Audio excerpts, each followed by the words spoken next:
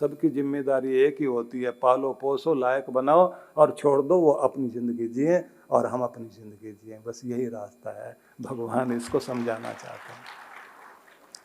इसलिए जब वो कहते हैं मत कर्म कृत मत परमो मद भक्त संग वर्जित निर्वैर सर्वभूतेषु यह स मामेति पांडव, वह मेरा बन जाएगा जो आदमी मेरे लिए कर्म करेगा, मेरे पारायण होकर के चलेगा, मेरे भजन में लगेगा, लेकिन संसार में मोहग्रस्त नहीं होगा, संसार में इतना अटैचमेंट को नहीं पैदा करेगा कि दुनिया को छोड़ते समय, वस्तु को छोड़ते समय उसके प्राण उसमें बस जाएं और वो उसके लिए रोने लग जाए। इतना इतना हम अपने आप को बना लेते हैं। सेठ, कोई ज्योतिषी ने बताया होगा राहु की दशा चल रही है, थोड़ा थोड़ा जो है कोई चोट ना लग जाए, कुछ गड़बड़ ना हो जाए, मछलियों को आटा डाला करो, काले कुत्ते को रोटी खिलाया करो।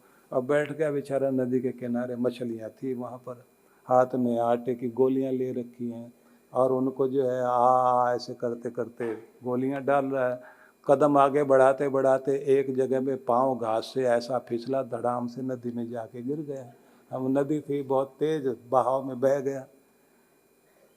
कुछ लोग पुल पर खड़े देख रहे थे, उन्होंने आवाज़ दी भैया कोई बह गया है, बह गया है। तो भागते हुए लोग आने लगे तो एक युवक वहाँ से जा रहा था, उसने शोर सुना, देखा आदमी बह रहा है तो उसने छलांग लगा दी और सेठ को पकड़ के बाहर निकाल के लेके आया, उसको दबाया, उसका जो है पानी वानी पेट से निकाला और निकाल के उसको होश में ला के बैठाया और सब लोग इकट्ठे हो गए। देखो सेठ तुम्हें बचा दिया इस बच्चे ने, इनाम देना चाहिए इसको। युवक से पूछ रहे हैं नौकरी वोकरी है तुम्हारे पास? बोले नहीं नौकरी तो नहीं है। सब लोग सोच रहे हैं सेठ नौकरी देगा।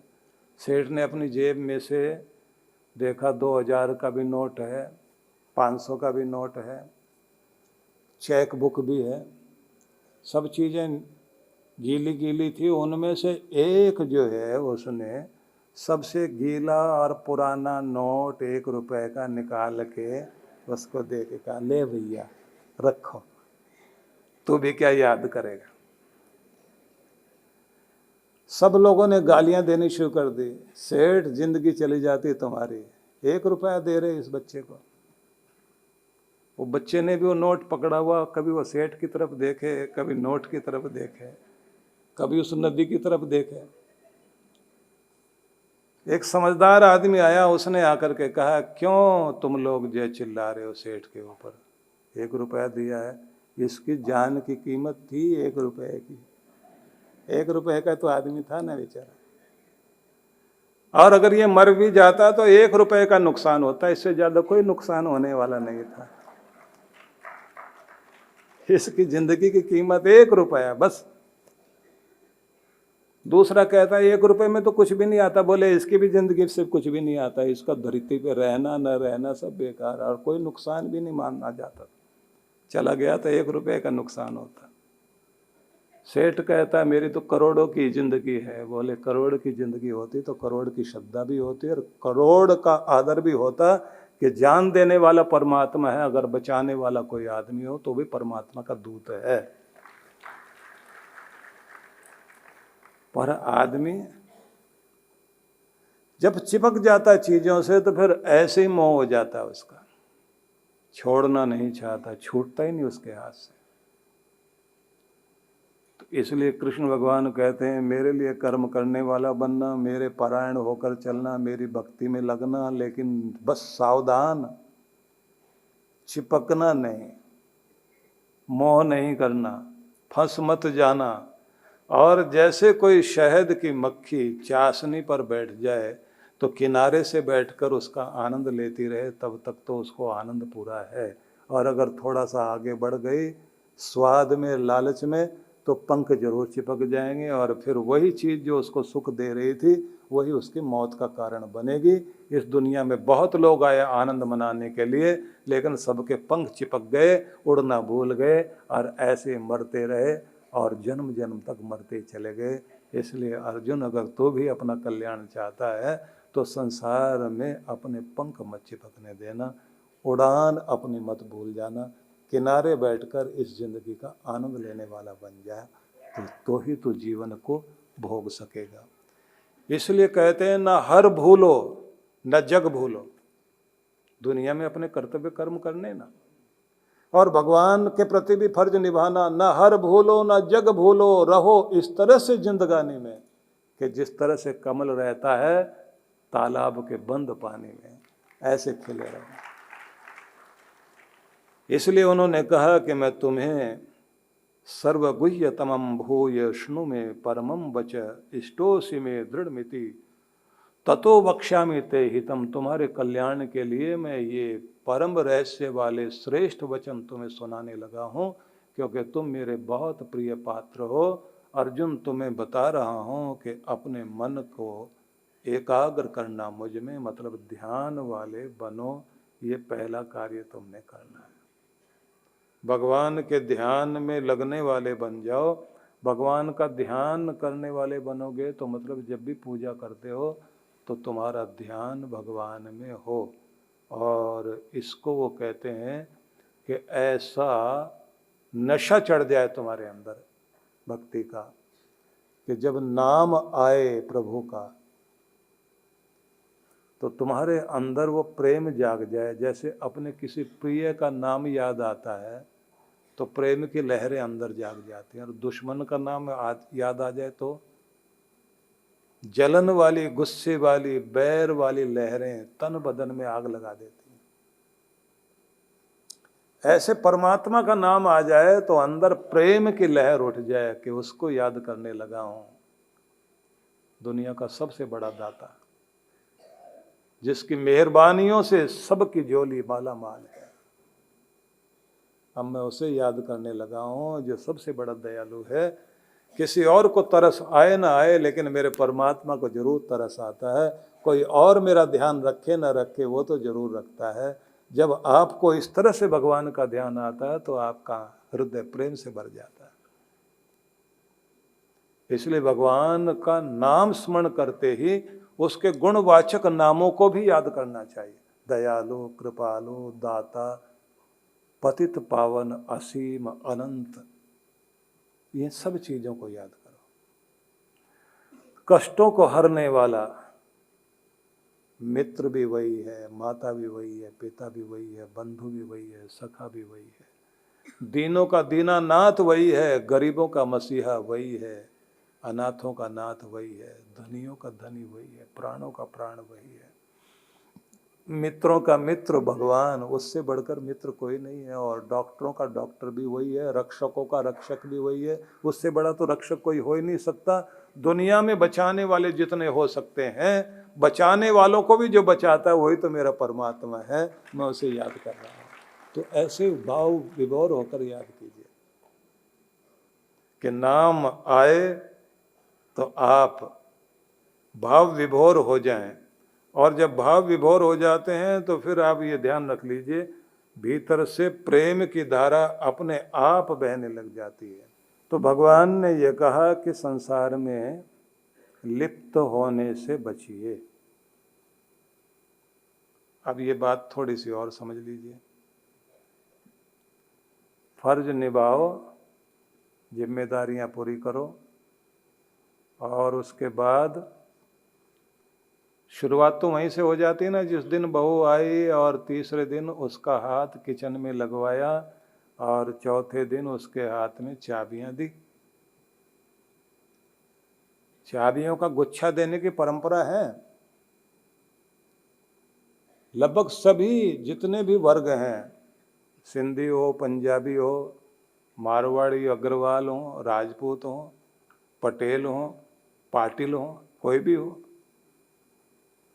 सबके यहाँ परंपरा तो चलती है। एक चाबियों का गुच्छा जो है ना दिया जाता है। की चैन होता है चांदी वाला, बस मजे की बात यह है उसमें चाबियां नहीं होती, बाकी सब कुछ होता है, वो पकड़ाया जाता है। और बहू भी साड़ी के पास लगा के उसे कमर में खुश होती है। सास माता ने दिया, उसका मतलब ये होता है कि बहू तू चार्ज ले, आज से तू मालकिन हुई, सास माता उसमें चाबियां रख करके लगा करके नहीं देती। और इधर आनंद की बात देखिए, बहू भी सोच रही होती है कि कितनी भी चाबी रख ले, मास्टर की तो मेरे ही पास है, वो वाली की है जिससे सारे ताले खुलने वाले हैं। त्याग कर लोगे तो सुख है, नहीं त्याग करोगे तो दुख शुरू होता है। सैक्रिफाइस करने से तो प्रेम बढ़ता है ना, स्वार्थ से जो है प्रेम कम होने लग जाता है। अब उसके बाद स्थिति कहाँ शुरू होती है? बेटे को माँ कोशिश करती है मेरे कब्जे में रहे, और बहू कोशिश करती है मेरा पति मेरे कब्जे में रहे, क्योंकि मास्टर की तो वही है। अब चलती है खींचा तानी, और यहाँ से शुरू होता है झगड़ा।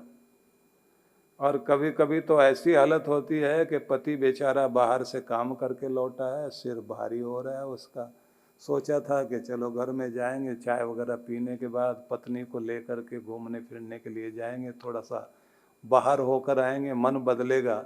लेकिन जैसे घर में आया, सास बहू दोनों के दोनों चेहरा बिगाड़ के बैठी हैं, अलग अलग तरफ मुंह करके। अब समझ में आ गया दोनों का झगड़ा हो चुका है। अब उसकी स्थिति ये है कि पहले पत्नी को मनाए या माँ को मनाए। तो यहाँ वो कबीर जी का दोहा याद आता है, गुरु गोविंद दोऊ खड़े काके लागो पाए, ये वाला दोहा। किसको पहले मनाए? पत्नी को मनाने चले गए तो माँ कहेगी 2 दिन में रंग बदल गया, कल की छोकरी आई है, इसको पा करके मुझे भूल गया। और अगर पत्नी को मनाने चला गया तो माँ नाराज, और अगर माँ को मनाने गया तो पत्नी क्या कहती है मन मन में, अगर माँ इतनी प्यारी थी तो इसी के गोद में बैठा रहता ना, फिर शादी करने की जरूरत क्या थी। तो बेचारा वही दोहा बोल रहा होता है, गुरु गोविंद दोऊ खड़े काके लागो पाए। किसे मनाए? आखिर में वहां से भागता है बाहर की तरफ, फिर जान छुड़ाओ, अपना खुद ही अकेले घूम करके आ जाओ, ये अपना झगड़ा वगड़ा करके रात्रि में जब बैठ जाएं तब घर में आए। घर का आकर्षण गया। क्यों? क्योंकि अपना अपना काबू करने की कोशिश में लगे हुए हैं। और इतनी कोशिश, एक महात्मा जी सुनाया करते थे, वो बहुत मूड में आके सुनाते थे कि बड़ा सत्संग करती थी बूढ़ी माता, और वो आटा पिसवाने के लिए खड़ी हुई, और उनके घर के बाहर एक भिखारी भीख मांगने आ गया। अब जो है बहुत ही घर में उसने मना कर दिया, हम भीख देने वाले नहीं हैं। भिखारी वहाँ से निकला और वो आटा पिसवाते हुए वहीं से गली से देख रही है कि हमारे दरवाजे पर कोई आया, और बहू ने उसको डांट के भगाया। उसने आवाज़ दी, इधर आओ इधर आओ इधर आओ। अब वो आ गया। क्या कहा मेरी बहू ने? बोले उसने कहा जाओ भीख नहीं देनी। बोले वो कल की छोकरी, उसकी इतनी हिम्मत, वो मना कर दे, इस घर में उसकी चलेगी या मेरी चलेगी? महाराज आप जो है ना, ये हमारा आटे का कनस्तर उठाओ और चलो मेरे साथ। अब उसके सिर पे कनस्तर रखवा दिया। कनस्तर रखवा दिया तो उसके बाद बोले महाराज अब अंदर रख दो। भिखारी से वो अंदर रखवा दिया कनस्तर। अब भिखारी सोचता अब हो सकता आधा आटा मुझे ही दे दें, और बस वो अपने हाथ वाथ झाड़ के उसको बोली बाहर आ जाओ आप। और जैसे वो बाहर आ गए, बोले जाओ भीख नहीं देनी है, इस घर में मेरी चलेगी, बहू की नहीं चलने वाली। मतलब आदमी की हालत ये हो जाती है कि मना भी करूंगी मैं, हाँ भी करूंगी मैं, घर में चलेगी मेरी, और बच्चे भी वैसे ही, मैं चाहे ये करूं, मैं चाहे वो करूं, मेरी मर्जी। अपनी शादी में खुद ही ना जाऊं, मेरी मर्जी। चौराहे पर खाट बिछा के बैठ जाऊं, मेरी मर्जी। मुझे कोई रोके नहीं, मुझे कोई टोके नहीं, मेरी मर्जी। अब बच्चे की भी वही मर्जी, घर वालों की भी वही मर्जी, और जहाँ इतनी सारी जिद चलती हो उस घर में शांति कभी नहीं रह सकती। और जहाँ सब लोग एक दूसरे की मर्जी को अपनी मर्जी मान लेते हैं, समझ लेना वहीं पर स्वर्ग है और वहीं पर परमात्मा की कृपा है। कोलकाता में परम पूज्य सद्गुरुदेव श्री सुधांशु जी महाराज के पावन सानिध्य में दिव्य पाठशाला फ्रॉम डार्कनेस टू लाइट, अंधकार से प्रकाश की ओर कार्यक्रम की रूपरेखा दिनांक 18 से 20 दिसंबर 2025 प्रातः 9 से 11 बजे, सायं 5 से 7 बजे। विशेष 19 दिसंबर दीक्षार्थियों से साक्षात्कार प्रातः 11:15 बजे। 20 दिसंबर रक्तदान शिविर प्रातः 10 बजे।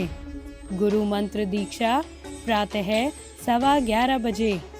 सुंदरकांड पाठ दोपहर 12:30 बजे। स्थान science city auditorium, Topsia, Kolkata. आयोजक विश्व जागृति मिशन ट्रस्ट, कलकत्ता। संपर्क सूत्र। आप सपरिवार सादर आमंत्रित हैं।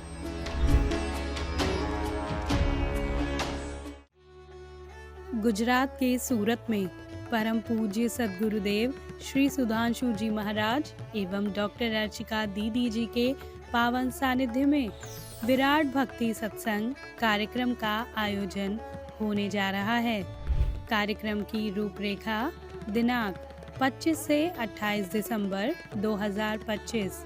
शुभारंभ 25 दिसंबर सायं 5 से 7 बजे। 26 से 28 दिसंबर प्रातः 9:30 से 11:30 बजे, सायं 5 से 7 बजे। स्थान रामलीला मैदान, SMC प्लॉट, रिलायंस मॉल के सामने, SD जैन स्कूल के पास, वेसू, सूरत। विशेष कार्यक्रम गुरु मंत्र दीक्षा 28 दिसंबर दोपहर 12 बजे।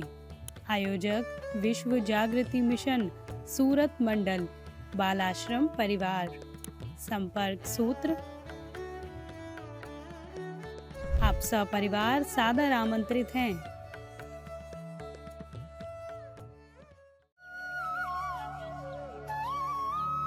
परम पूज्य सद्गुरुदेव श्री सुधांशु जी महाराज एवं डॉक्टर अर्चिका दीदी जी के पावन सानिध्य में नव वर्ष का शुभारंभ। नव प्रभात 2026। नव प्रभात उत्तरायण महायज्ञ 1 जनवरी को आनंदधाम आश्रम में मनाने के लिए मैं आप सबको आमंत्रित करता हूं और सभी लोग इस अंतर्राष्ट्रीय नव वर्ष में नए संकल्पों के साथ स्वयं के जीवन को ऊंचा उठाने के लिए और एक शुभ यात्रा हमारे जीवन की हो सके, नव यात्रा हो सके, इसके लिए आप सब अवश्य पधारें।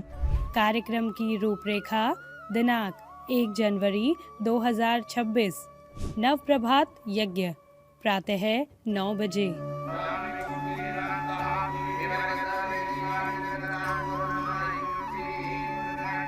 शोभा यात्रा प्रातः 10 बजे।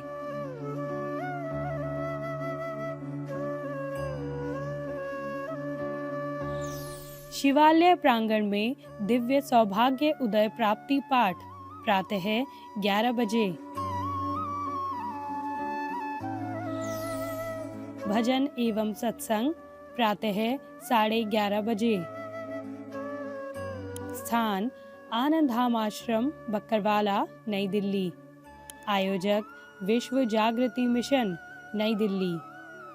संपर्क सूत्र। अधिक जानकारी के लिए संपर्क करें। आप सपरिवार सादर आमंत्रित हैं।